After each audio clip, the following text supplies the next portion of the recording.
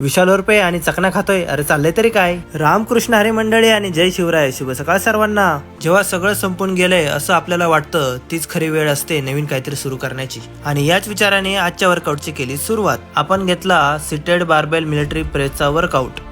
त्यानंतर आपण घेतला सीटेड डंबेल शोल्डर प्रेसचा वर्कआउट. हा व्यायाम खांद्याच्या सर्व भागांना टार्गेट करतो, ज्यामुळे खांद्याचे सर्व स्नायू एक समानप्रमाणे विकसित होतात. त्यानंतर मी घेतला डंबेल लॅटरल रेजचा वर्कआउट. त्याचे 15 12 10 याप्रमाणे 3 सेट पूर्ण करून घेतले. त्यानंतर आपण घेतला डंबेल फ्रंट रेजचा वर्कआउट.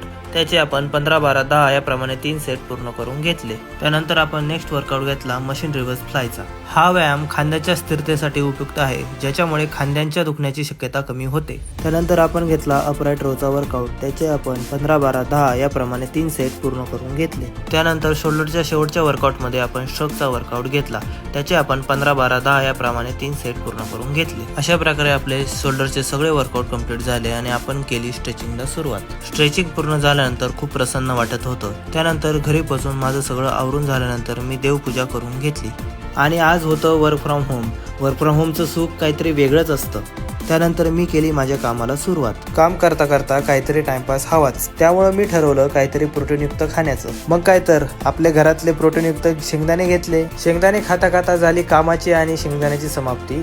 भेटूया उद्याच्या व्लॉगमध्ये.